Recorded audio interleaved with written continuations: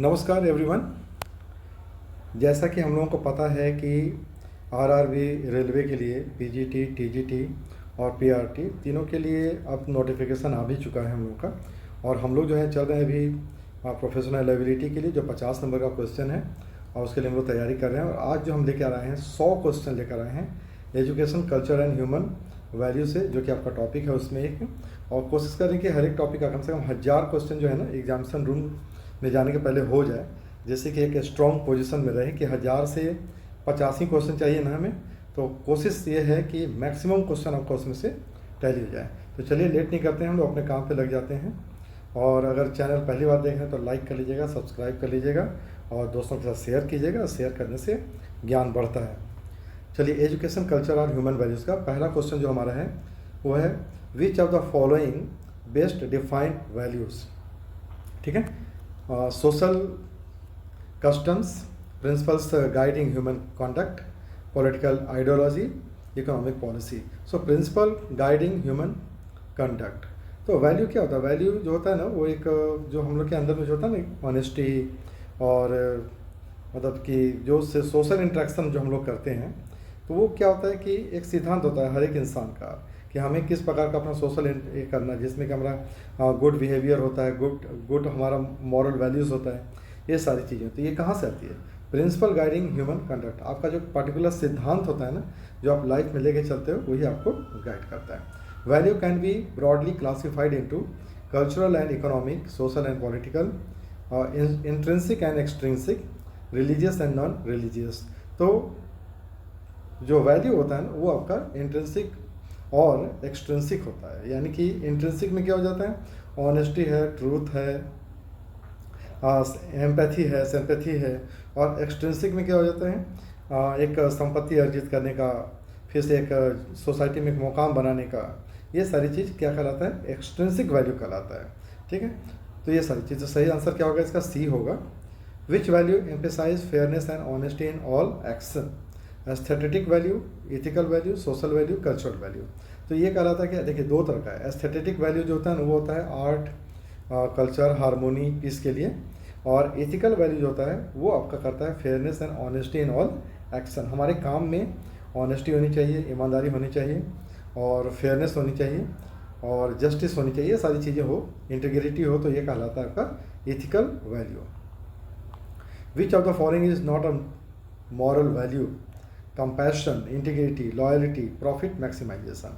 तो profit maximisation जो है वो आपका कोई मॉरल वैल्यू नहीं होता है। पैसा बनाना, लाभ अर्जित करना, ये एक इकोनॉमिकल वैल्यू होता है ये, और इकोनॉमिकल नीड भी है ये। The main aim of value oriented education is to increase literacy rate, train for job, develop responsible citizen, promote industrial growth. इसका सही आंसर हो जाएगा develop responsible citizen.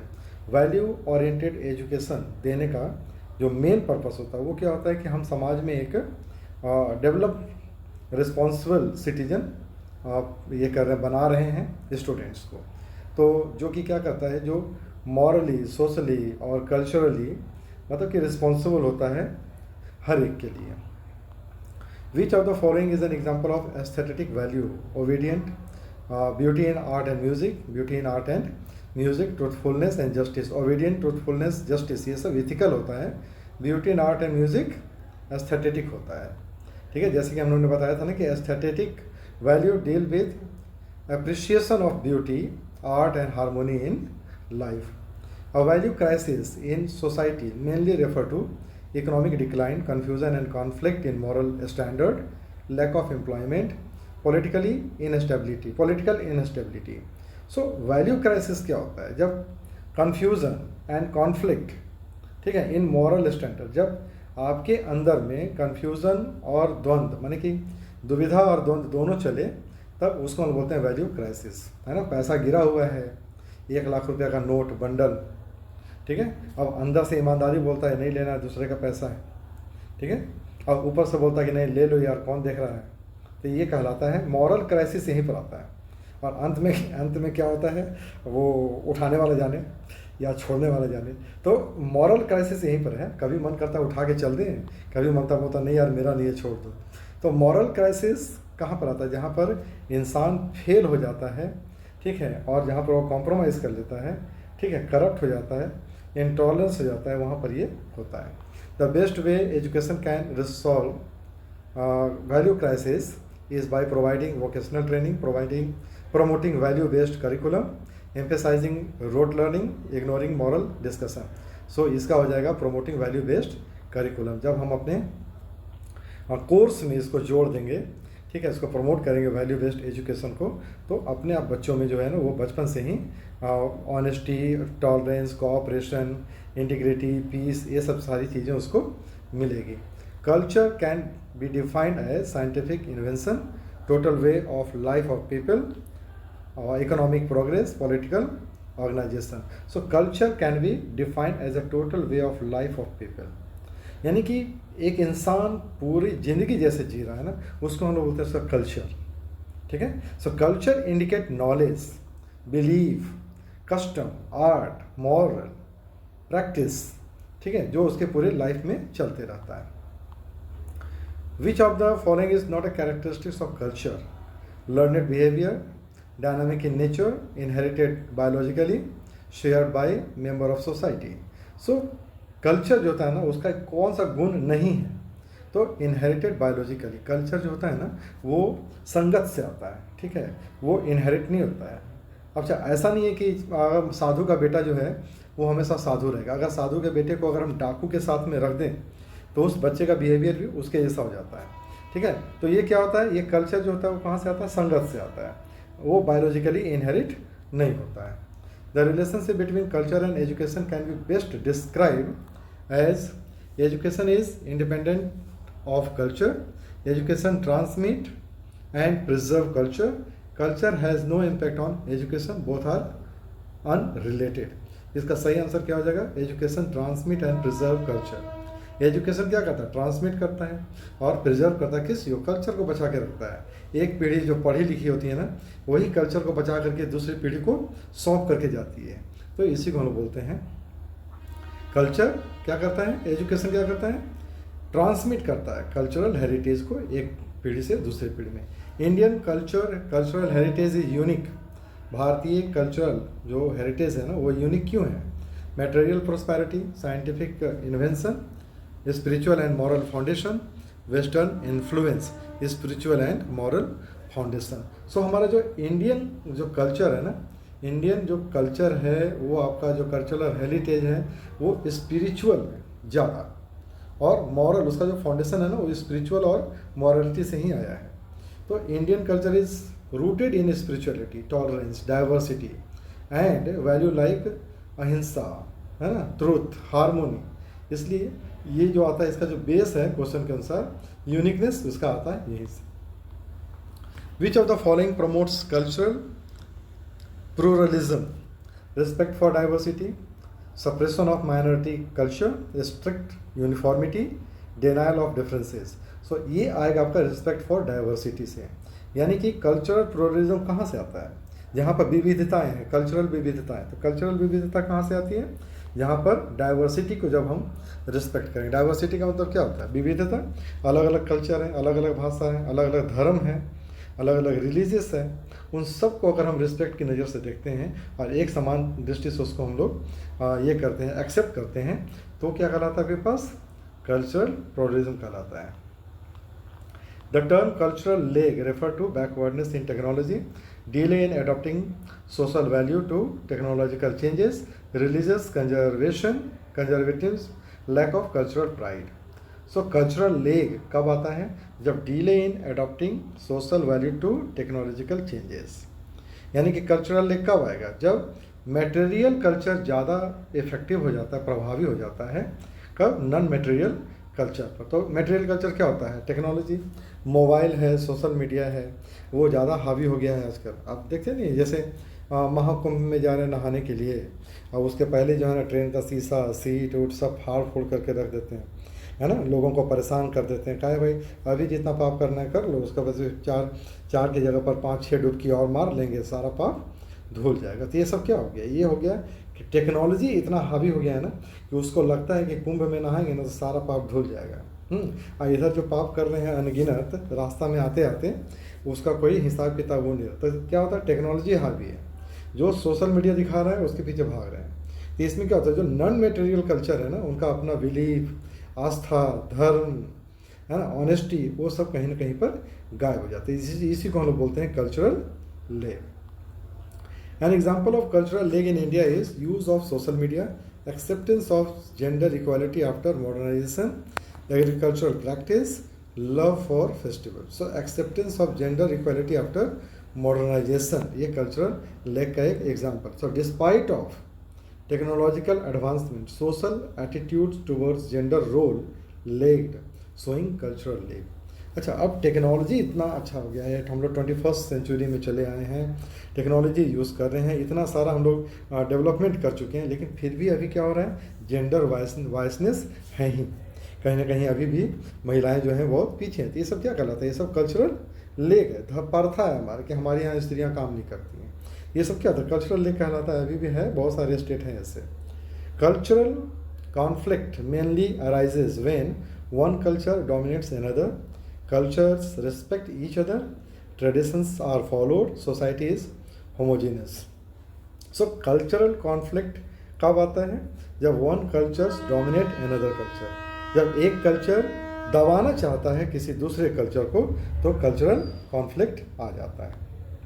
Cultural ambivalence means total rejection of culture, coexistence of contradictory cultural value, blind following of tradition, loss of cultural identity.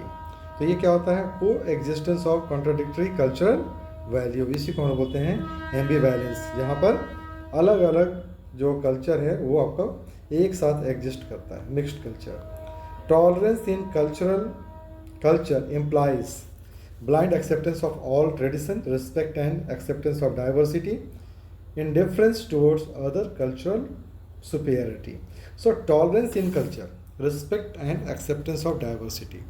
जब आप tolerance करते हैं, tolerance का मतलब क्या होता है, सहन शक्ति, सहते हैं, बर्दाश्त करते हैं, ठीक है, तब क्या होता है, कब, जब आप रिस्पेक्ट करते हैं और एक्सेप्ट कर लेते हैं सभी धर्मों को, इसी को हम बोलते हैं tolerance. Tolerance is the willingness of accept and coexist with a different belief, culture and practice, which ancient Indian text emphasize value like truth, duty and discipline, है ना। अब क्या होता है, अर्थशास्त्र, रामायण, मनुस्मृति, भगवद गीता, तो कौन ऐसा एंशियंट बुक है जो हम लोगों को ट्रुथ, ड्यूटी, डिसिप्लिन सिखाता है, तो एकमात्र है भगवद गीता। सो भगवद गीता क्या करता है, प्रोवाइड करता है, क्या धर्म क्या है हमारा, धर्म मतलब ड्यूटी क्या है हमारा, सेल्फ डिसिप्लिन क्या होता है, सत्य क्या है, इन सब चीज़ों के बारे में वो बताता है। The main function of education in preserving Indian cultural heritage is promoting westernization, transmitting traditional values, rejecting all tradition, focusing only on science. So main function क्या है एजुकेशन का, किस प्रकार से हम लोग कल्चरल हेरिटेज को प्रिजर्व करते हैं, ट्रांसमिट करते हैं ट्रेडिशनल वैल्यू को एक पीढ़ी से दूसरी पीढ़ी में। Who emphasize value based education in India through basic education, ये किए थे कौन, महात्मा गांधी किए थे, नई तालीम, ठीक है, पीछे भी हम लोग इसके बारे में पढ़ चुके हैं। तो गांधी जी क्या किए, बेसिक एजुकेशन, नई तालीम का नींव रखे थे भारत में। उन्होंने क्या किया था, self reliance, truth, dignity of labour, non violence, इन सब चीज़ों को वहाँ से वो फैलाए थे। Value oriented education is essential because it makes exam easier, it prepares student for responsible life. So value oriented education, excuse me, क्या करता है, प्रिपेयर करता है क्या, स्टूडेंट को रिस्पॉन्सिबल लाइफ जीने के लिए। Which commission in India strongly recommended moral and spiritual education? Hunter commission 1882, Kothari commission 1964-66, Mudaliar commission 1952-53, Radha Krishna commission 48-49। तो ये इसका आंसर हो जाएगा कोठारी कमीशन 64-66। कोठारी कमीशन बहुत सारा चीज़ किया था, उसको हमेशा याद रखिएगा। Cultural pluralism in Indian education is reflected through use of multiple language, uniformity of culture, westernised education only, denial of minority rights. इसका सही आंसर क्या हो जाएगा, use of multiple language. So cultural pluralism जो है ना इंडियन एजुकेशन में, अलग अलग भाषा के कारण आता है, लिंग्विस्टिक चेंज, रीजनल, अलग अलग रीजन, अलग अलग भाषा, अलग अलग कल्चर, एक डाइवर्स कम्युनिटी हो जाता है ये। Which value is most essential for piece in multicultural society? Tolerance. जहाँ पर अलग अलग भाषा के लोग हैं, जहाँ पर अलग अलग बोली के लोग हैं, धर्म के लोग हैं, वहाँ पर टॉलरेंस ही एकमात्र ऐसा हथियार है जो पीस को कायम रखता है। Which types of value focus on truth, honesty and justice? Social value, moral value, aesthetic value, economic value. Moral value जो है वो ट्रुथ, ऑनेस्टी और जस्टिस को रखता है। Ethical values are mainly concern with, ethical value किससे है? Physical health, professional conduct and fairness, political power, economic development, professional conduct and fairness से। A society without shared value is likely to face a strong unity, moral disintegration, economic prosperity, political stability. Moral disintegration.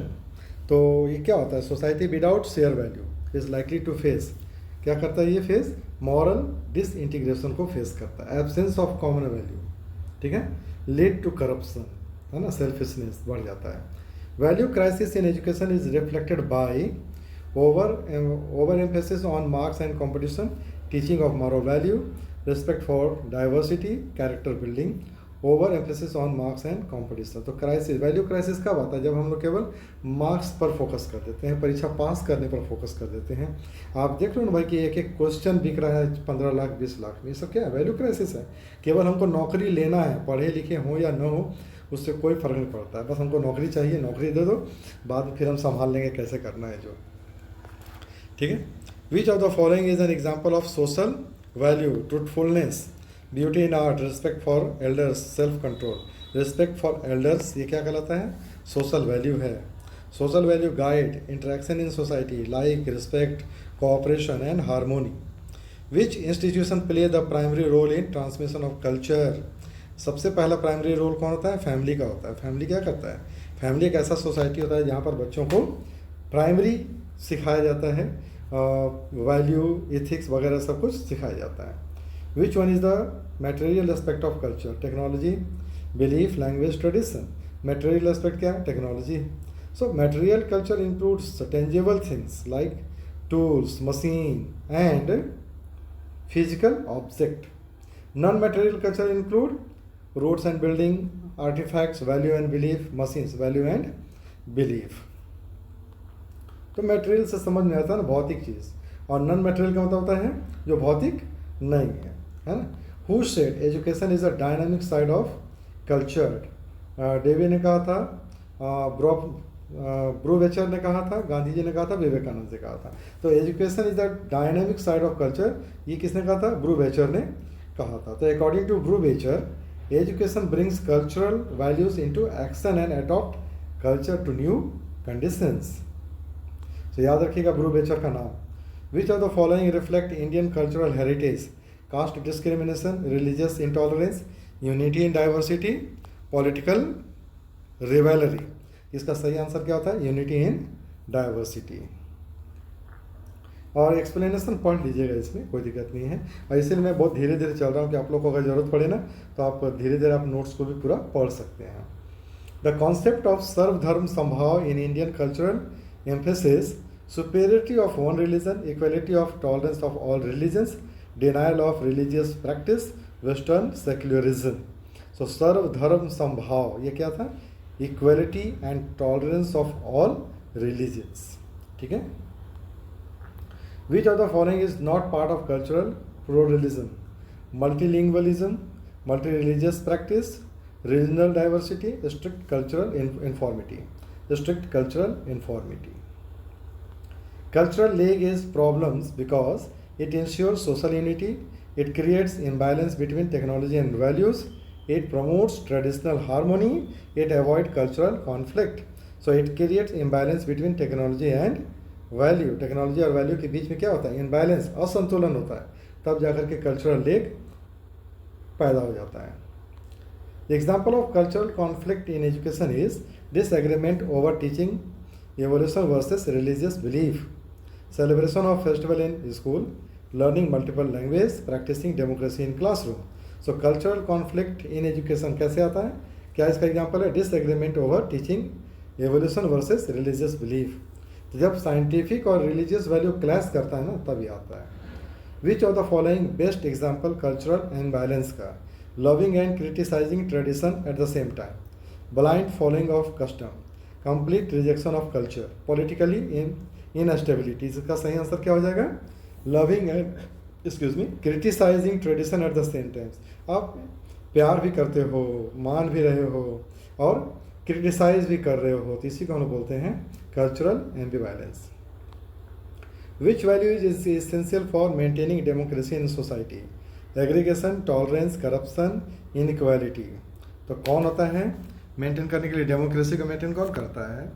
Tolerance करता है। जब आप tolerant होते हैं ना, जब सहनशील होते हैं आप, तभी आप डेमोक्रेसी को बचा पाते हैं। In Indian context ahimsa taught by Mahatma Gandhi is political value, moral value ये कहलाता है। ये सबको उतना ज़्यादा एक्सप्लेन करने की जरूरत ही नहीं है, तो बहुत ईजी है सब। The crisis of value in modern education can be resolve by stress on examination, integrating human value in curriculum, integrating human value in curriculum. यानी कि जब करिकुलम है उसमें आप ह्यूमन वैल्यू को भी डालिए, तब हम लोग क्या करते हैं, क्राइसिस को हटा सकते हैं। Which is the best method of imparting value education? Lecturing only, story telling and role modelling, punishment, rote memorization. Story telling और रोल मॉडल के थ्रू हम लोग क्या कर सकते हैं, बच्चों को क्लास में वैल्यू एजुकेशन अच्छी तरह से दे सकते हैं। जब बच्चे रियल लाइफ एग्जाम्पल को देखेंगे तो उनको समझ में ज़्यादा आता है, कनेक्ट ज़्यादा करते हैं वो। Which commission state the destiny of India is being shaped in her classroom? Kothari commission. एकदम आँख मूंद करके मारिएगा ये सब। Cultural education in school should aim at destroying old tradition, promoting cultural awareness and pride, encouraging cultural superiority. ठीक है, restricting diversity. तो कल्चरल एजुकेशन जो होता है उसका एम क्या होता है? Promoting cultural awareness and pride. The Indian cultural heritage emphasise violence, materialism, spirituality and tolerance, political dominance. इसका सही आंसर क्या हो जाएगा? Spirituality and tolerance. Which of the following is a universal human value? Universal human value कौन है? Peace. Peace is the universal human value. Corruption, हेटेड, intolerance ऐसे भी नहीं होगा। Which is the correct relationship? Education shape culture but culture has not no impact on education. Culture and education are interdependent. Culture is static, education is dynamic. Education only serve economy, not culture. इसका सही answer क्या होगा? Culture and education are interdependent, एक दूसरे पर ही लोग निर्भर करता है। Which value is most important for world peace in 21st century? ठीक है, 21st सेंचुरी में कौन सा ऐसा इम्पॉर्टेंट है, वैल्यू है जो आपको चाहिए? वो क्या होता है? Tolerance and mutual respect. सहनशीलता भी होनी चाहिए लोगों में और एक दूसरे को आदर की भावना भी होनी चाहिए। The highest form of value in human life is economic, spiritual, social, political. Social नहीं होगा, पॉलिटिकल भी नहीं होगा, इकोनॉमिक भी नहीं होगा, स्पिरिचुअल वैल्यू होगा। तो स्पिरिचुअल वैल्यू में क्या आता है? ट्रूथ आता है, पीस आता है, नॉन वायलेंस आता है। ये सब क्या होता है? एक प्रकार के आपके पास ह्यूमन लाइफ के लिए बहुत जरूरी है। Which one is example of economic value? Honesty, hard work for livelihood, hard work for livelihood. In schools, discipline should be maintained through fear of punishment, mutual respect and value, harsh rule, memorization of rules, mutual respect and value. Which thinker emphasized education for character building? John Dewey, Swami Vivekananda, Rousseau, प्लेटो। तो किसने कहा था कि education जो होता है वो character building के लिए होता है? स्वामी विवेकानंद जी ने कहा था। क्या कहा था? मैन मेकिंग, है ना, कैरेक्टर बिल्डिंग। ठीक है, इनका जो बहुत अच्छा बुक है यूथ ऑफ इंडिया, वो सभी को पढ़ना चाहिए। बहुत ही शानदार बुक उन्होंने लिखा है। So value oriented education in modern context is important because it improves memory power, it prevent moral decay in society, it reduce syllabus burden, it promotes exam, it prevents moral decay in society. So value क्या करता है? समाज में moral को गिरने नहीं देता है। Which value is most closely linked with environmental education? Aesthetic, spiritual, ethical responsibility, social loyalty, ethical responsibility. So protecting nature is an ethical duty towards present and future generation. The hidden curriculum in school mainly transmit official syllabus, moral and cultural value, examination rule और technical knowledge. तो hidden curriculum क्या करता है, moral and cultural value को वहाँ पर transmit करता है। क्योंकि मॉरल, ये हिडन करिकुलम क्या होता है, जो आपका सिलेबस है आप पढ़ा रहे हैं और उसी बीच बीच में क्या करते हैं, कुछ कुछ आप मॉरल वैल्यू भी बच्चों को बता देते हैं, तो उसी को हम लोग बोलते हैं hidden curriculum. Which culture trait reflect India's heritage most strongly? Uniformity, pluralism, materialism, rejection of spirituality।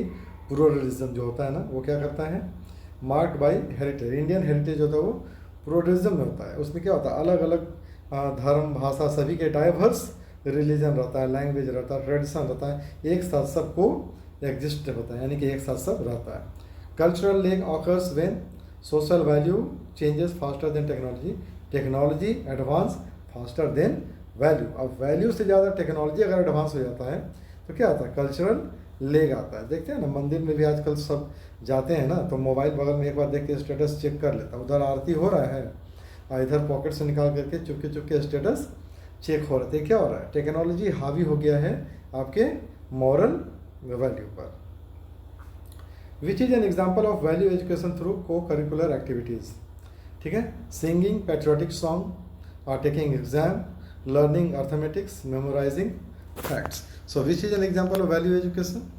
Value education का क्या होगा, सिंगिंग पैट्रियोटिक सॉन्ग। तो जब आप धार्मिक गाना गाते हैं, देशभक्ति वाला गाना गाते हैं, तो क्या होता है, अपने आप आपके अंदर में वैल्यू आ जाता है, देश के प्रति आ जाता है, समाज के प्रति आ जाता है, अपने प्रति भी आता है।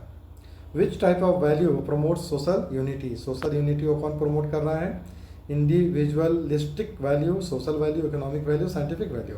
सोशल वैल्यू, सोशल वैल्यू से ही हमारा सोशल यूनिटी आता है। द कॉन्सेप्ट ऑफ वसुधैव कुटुंबकम टीचेस, क्या टीच करता है ये हम लोगों को टीच करता है materialism, world as a one family, world as a one family. Which is an indicator of cultural conflict, harmony in diversity, clash of traditional and modern value, celebration of festival, respect for different language. इसका आ जाएगा क्या, clash of traditional and modern value, इसको बोलते हैं cultural conflict. Which institution act as the secondary agent of socialization, school. घर के बाद कौन आता है, परिवार के बाद स्कूल आता है। Education for international understanding promotes nationalism only, peace, tolerance, cooperation, blind patriotism, cultural superiority. तो ये होता है पीस, टॉलरेंस एंड कोऑपरेशन। ये क्या होता है, इंटरनेशनल अंडरस्टैंडिंग को प्रमोट करता है कौन, शिक्षा। Which of the following is not an educational method for teaching values. Role play, group discussion, moral dilemma discussion, mechanical memorization. तो इसमें से कौन नहीं है एजुकेशनल मेथड टीचिंग वैल्यू को सिखाने के लिए, नहीं, कौन नहीं है, मैकेनिकल मेमोराइजेशन। मशीन के जैसा उसको रटवाना नहीं है कि तुमको ईमानदार बनना है, तुम ये करो, ऐसा कुछ नहीं होता है। Indian cultural heritage is characterized by rigidity, change with continuity, complete rejection of past, pure western influence, change with continuity. तो इंडियन कल्चर जो होता है ना, अडॉप्ट करता है with time while maintaining is spiritual and moral essence. समय के साथ साथ क्या होता है ना, इंडियन कल्चरल हेरिटेज जो है वो हर चीज़ को अडॉप्ट करता है। ठीक है, आज के समय में क्या हो रहा है, हमारी जो नए जनरेशन है उनके भी कल्चर को अडॉप्ट कर रहा है। ठीक है, यही इसकी खासियत है। अगर अडॉप्ट नहीं करता तो ये कल्चर को, जो नया जनरेशन का जो कल्चर नया आ रहा है ना, उसको टिकने नहीं मिलता है यहाँ पर। विच value is essential for social justice, corruption, equality, violence, intolerance, equality. Which educationist stress that education should prepare for a life of value rather than mere livelihood।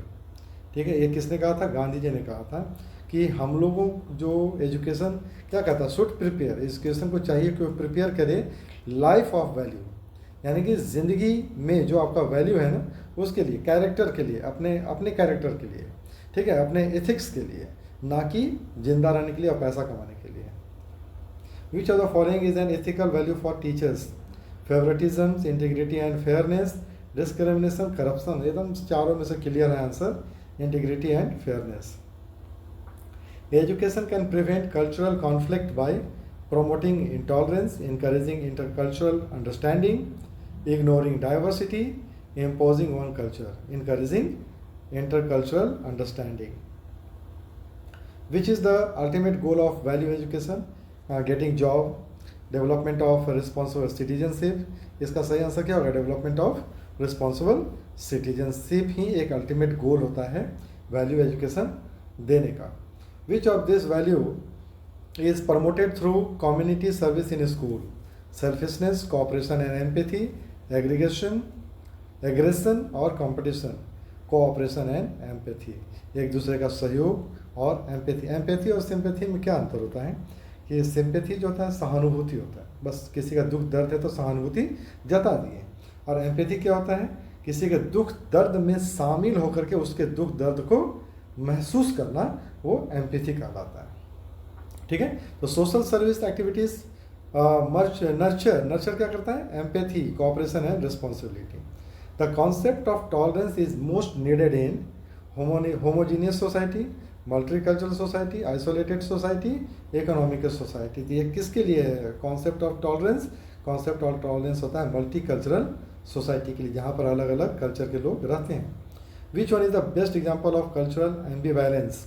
Using modern technology but believing in superstition, है ना, superstition, complete rejection of old value, using modern technology but believing in superstition. ये क्या होता है कि ambivalence shows coexistence of contradictory cultural pattern, यानी कि believe तो करेंगे लेकिन वहाँ पर हमारा कुछ कुछ कॉन्फ्लिक्ट भी रहता है, किसी किसी चीज़ को हम लोग मानते नहीं भी हैं, नहीं भी मानते.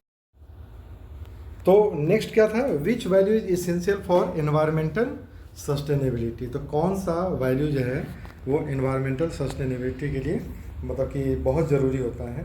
ठीक है. तो इसमें आ जाएगा आपके पास एक्सप्लॉयटेशन, रिस्पॉन्सिबिलिटी टुवर्ड्स नेचर और एग्रेशन और सेल्फ इंटरेस्ट. इसमें सही आंसर हो जाएगा आपके पास रिस्पॉन्सिबिलिटी टुवर्ड्स नेचर.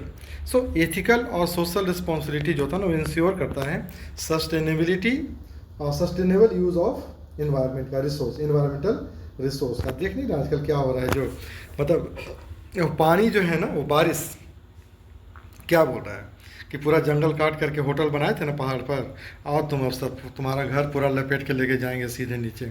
मतलब देख रहे हैं एकदम माचिस का डब्बा जैसा पूरा घर को बहा के लेके चल जा रहा है. कौन? नेचर. भाई तुम मेरे जो जंगल और पानी पर तुम जो कब्जा कर रहे हो, ये बहुत गड़बड़ है. इसी को हम लोग बोलते हैं, ये क्या होता है? सस्टेनेबल यूज़ ऑफ रिसोर्स नहीं है. ये क्या कर रहा है? बिना मैंने सोचे विचारे एकदम काट दो, सब जंगल काट दो, घर बना दो, होटल बना दो और जाओ भाई, एक दिन सबको लेके चल देगा वो भी. उसी तरह से क्या हो रहा है हम लोग कि हम लोग क्या कर रहे हैं, शहर में जगह नहीं मिल रहा है ना, तो जंगल में जा करके अब जानवर लोग का घर भी छीन रहे हैं. तो अब हाथी क्या कर रहा है? हाथी रोड पर आ जा रहा है, आपके घर में आ जा रहा है, सूंड निकालता है, खिड़की से अंदर घुस जाता है, बोलता है कि अब आके रहें, तुम निकलो यहाँ से, है ना. तो ये सारी चीज़ें, तो ये भी एक प्रकार का हम लोग का क्या है, वैल्यू है कि हम लोग सस्टेनेबल रिसोर्स का यूज़ करें. Indian heritage emphasize the value of universal brotherhood, cultural rigidity, intolerance, violence. So Indian heritage emphasize the value of universal brotherhood. Indian culture क्या करता है? प्रमोट करता है किस? वसुधैव कुटुंबकम को, है ना. तो whole world as a one family. Cultural pluralism enriches education by promoting monoculture, bringing multiple perspective, discouraging diversity, reducing creativity. तो कल्चरल प्लुरलिज्म किस चीज़ को इनरिच करता है? ये इनरिच करता है bringing multiple perspective. So exposure to multiple culture enhance creativity, tolerance and knowledge. अलग अलग कल्चर आता है, बहुत कुछ सीखने को मिलता है वहाँ पर. Which of the following is an example of value crisis in modern youth? Increasing drugs addiction, respect for elders, social service और patriotism. Increasing drugs addiction. आजकल नशा का शिकार जो हमारा युवा हो रहा है ना, और एक प्रकार से वीडियो गेम भी जो होता है नशा है. आजकल देख रहे हैं ना, बेटिंग ऐप तो यार तो इतना चल रहा है ना कि सारा पढ़ाई लिखाई सब छोड़ के इसी में लगा रहता है. स्कूल का बच्चा लोग बेटिंग ऐप पर लगा रहता है. ये सब क्या एक प्रकार का एडिक्शन है ये सब. So addiction reflect moral decline and weak value system. Which types of value help in maintaining environmental balance? Economic, ethical, aesthetic, political. ethical value रहेगा तो आप environmental और sustainable living को promote करेंगे. Educational Education's role in cultural preservation is to destroy culture, transmit tradition and value, ignore local tradition, promote only Western ideals. So, transmit tradition and value. Example of aesthetic value education is teaching honesty, appreciating music and painting, appreciating music and painting, चूँकि ये art से जुड़ा हुआ रहता है. ठीक है. Which philosopher emphasized harmony of head, heart and hand in education? है ना. पेस्टालॉजी ने बताया था. क्या बताया था? Head, heart and hand in education. ठीक है. तो Pestalozzi stressed holistic education involving intellectual, emotional and practical value. In the Indian context, which festival best reflect cultural pluralism? Diwali, Eid, Christmas, celebration of all festival together in school. So celebration of all festival together in school. ये क्या कहता है? Cultural pluralism को दिखाता है. एक जगह पर सारी चीज़ को हम लोग मनाते हैं. कल्चरल रे creates social harmony, social problem and conflict, strong moral order, equality. तो सोशल प्रॉब्लम्स एंड कॉन्फ्लिक्ट को बढ़ाता है ये. Education for tolerance should focus on religious superiority, human rights and respect for diversity, uniform belief, cultural dominance. तो education for tolerance किस पर focus करता है? किस पर फोकस करेगा? रिलीजियस सुपीरियरिटी पर, human rights and respect for diversity पर ये फोकस करेगा. ठीक है. यानी कि लोगों का अधिकार और विविधता जो है उसका मैंने रिस्पेक्ट, आदर बना रहे. विच one is not a universal human value? Love, truth, hated, non violence, hated. So hated क्या होता है? डिसस्ट्रक्चर है ये. ठीक है. Not a universal value. Indian heritage teachers the value of धर्म, करप्शन, वायलेंस और मेटेरियलिज्म. धर्म, इंडियन हेरिटेज क्या सिखाता है हम लोग को? धर्म सिखाता है, ड्यूटी करना सिखाता है. Which value is most essential for teachers in multicultural classroom? In tolerance, cultural sensitivity, discrimination, favouritism. Cultural sensitivity. So teacher must respect and accommodate cultural differences. है ना. Respect every one's culture. Value education at school level should be integrated with all subject, taught as a separate subject only, ignored optional है. integrated with all subject होना चाहिए. ठीक है. Which educationist gave the motto education for character not for career only? Good. अभी तुरंत हम लोग ऊपर में किया था इसको, है ना. कैरेक्टर बिल्डिंग के लिए कौन आएगा? स्वामी विवेकानंद जी का कथन था ये. Cultural ambivalence can lead to confusion in value system, clear moral guidance, social unity, absolute progress, confusion in value system. Which of these is a sign of value-oriented education? Students showing honesty and cooperation, students memorizing facts, competing without ethic, ignoring discipline. एकमात्र answer होगा ऊपर वाला, showing honesty and cooperation. UNESCO emphasize education for job only, peace, tolerance, human rights, blind nationalism, technological growth only. Answer तो सबसे अच्छा clear answer है B, peace, tolerance, human right. Which is an example of cultural conflict at global level? Clash of civilization, international cooperation, celebration of Olympic, cultural exchange. Clash of civilization. Which ancient Indian university was famous for transmitting cultural and moral value? And Harvard, Nalanda, Oxford, Cambridge. Nalanda University was a global center for knowledge and Indian cultural values. तो जो बच्चे जो हमारे पढ़ने वाले हैं Nalanda university नहीं घूमे हैं ना, आकर के एक बार घूमिए. गजब का बहुत, अभी भी उसका जो हेरिटेज है ना यार एकदम कमाल का है. आपको एकदम इंस्पायर कर देगा. और साथ ही साथ जो नव नालंदा बिहार जो खुला है अभी यूनिवर्सिटी, वो भी आपका इंटरनेशनल लेवल का यूनिवर्सिटी है. वहाँ आपको घुसने के लिए अपॉइंटमेंट लेना पड़ता है ऑनलाइन. ठीक है. तो Nav Nalanda Vihar is one of the best university of world. Okay. और specially in India, specially in Bihar. Okay. in which you want to enter or in which you want to visit, you must take prior appointment. ठीक है. तो ये होता है जब आपके mobile पर आएगा ना कि अब आ जाओ, तब आना है आपको.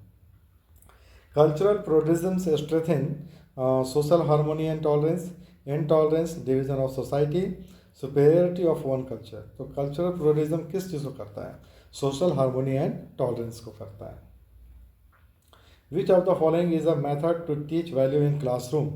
Value clarification technique, harsh punishment, ignoring moral discussion, blind discipline. तो which of the following is a method to teach value? Value teach करने के लिए क्या होता है? Value clarification technique. तो this method help student analyze and adopt value consciously, है ना? In a value crisis, which role of education become most important?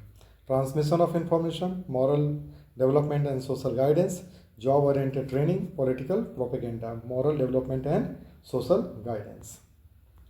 Last question है आज का, वो क्या है?